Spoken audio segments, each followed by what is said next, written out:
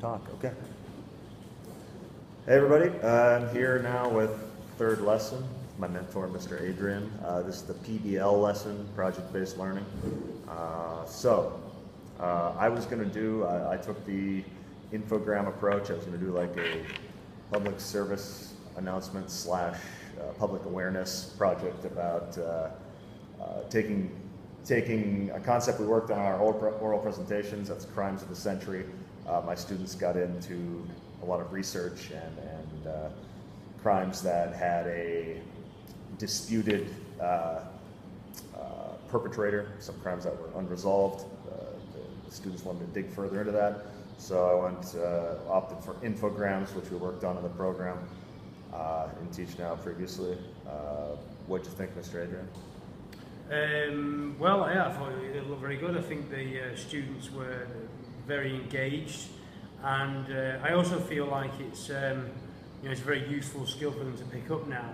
Creating these kind of things for their own use, to just put information out there. Really, a lot of people are doing that these days, and there's money to be made out of it as well. No doubt. And, we're all doing it. I mean, I do that for to present some of my subject matter. So it's definitely a real-world project, which is this, obviously this PBL.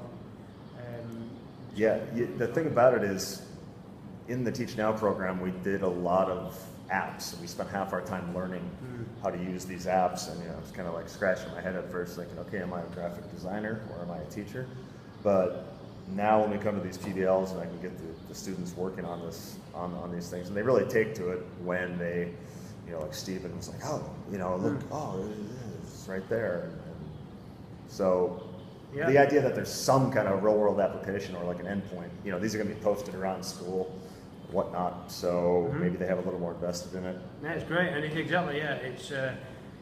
but basically everyone's their own publisher nowadays, right? You can just publish yourself, and then the world has access to it, which is fantastic. It's a changing world, and they are a part of it by doing these kind of projects.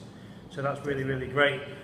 So anyway, in terms of the standards, so the standard 4, does the candidate understand the subject area and concepts and tools of inquiry to make the content accessible and attainable to all the students?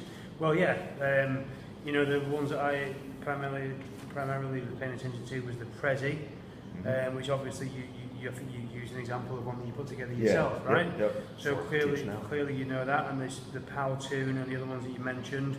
Obviously, I guess you've been studying these on the program. Yeah, not that this is a plug for the program, because it's just going to Teach Now, but I got exposed to all these through the program. Okay, I know how to use them now because I had to do all these projects, and it seems like a better thing than just sticking with the traditional PowerPoint. Yeah. Especially for guys like Stephen and Andy, who I both want to be speaking more. Some of these apps can record a voice, and okay, they get like 3-4 tries at their script if they're going to do any audio, and that just allows them to get it right, because obviously live speaking there's more mistakes, especially with those two, and I'm trying to get them to embrace proper English.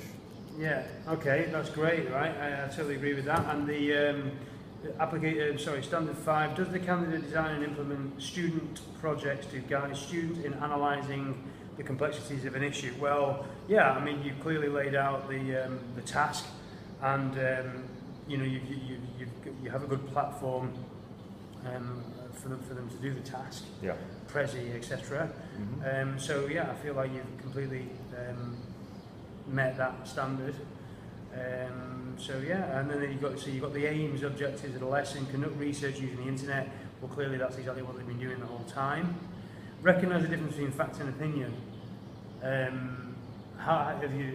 you cover that at all? We did cover that as part of the book unit. We talked about, okay, you have to look for certain, if there's statistics quoted, if there's a number involved, that tends to be something that's official, that's an actual fact. If the sentence is I think or I believe, that's a dead giveaway for an opinion. But the reason that's part of this is because, especially with Stephen and Cindy getting into the JFK of it all, there's obviously competing conspiracy theories, and we can't just believe everything, but they need to weigh the evidence and what's an actual fact and what's just somebody's, kind of half-baked. Yeah. So do you have you done primary sources and secondary sources? Exactly. Yeah. Yep. Primary sources, secondary sources, and a lot of the evidence. They're looking at the chain of evidence, which was ridiculous in that case.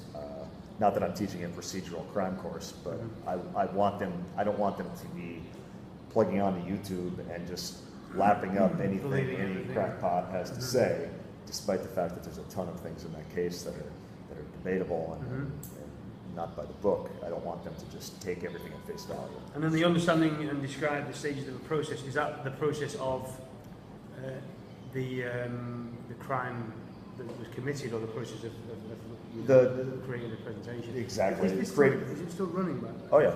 Yep. We're live. We're 100% live.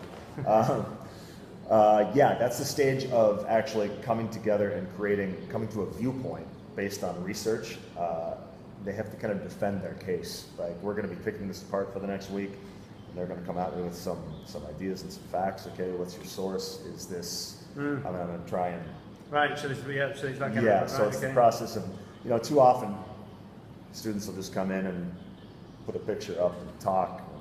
Yeah. And that's it. So I want them to kind of be responsible for these claims they're making. I suppose it gets them to take it apart and talk about it in stages, and maybe give them more to say, I suppose. Yeah, and a lot of this was based on how Cindy kind of and Stephen came across. Really. Yeah, it is scaffolding, and it's almost, kind of stumbled on it when the kids kind of took the evidence, I'm talking the JFK case here, and really ran with it and made it their own kind of research. So I thought, well, why not an exercise in public awareness here? So cool. Again, this is not a full conspiracy project. Stephen is doing 9/11 again, and he's of the viewpoint that was just as reported. So he's just going to take us a play-by-play timing of the events. It's kind of an educational piece of material. So. And then we've got used vocabulary related to news and media, which basically speaks for itself. That's the stuff that you're doing is clearly all about that. So there's no question there. So you completed all your objectives, standards are being met, which is fantastic.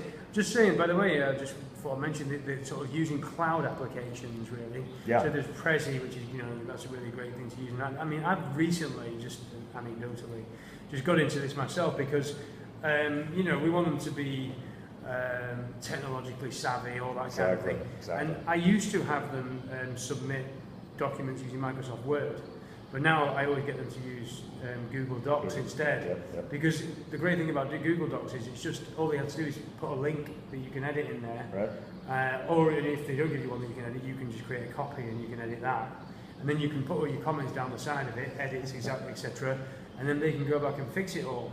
Yep. And resolve your comments, so you have like a working document, that you can work on together. Exactly. Which I just love. I don't know about you, but I got turned on to that last year, kind of by necessity. A lot of my students were submitting their journal writing on just Google Docs because for whatever reason they didn't.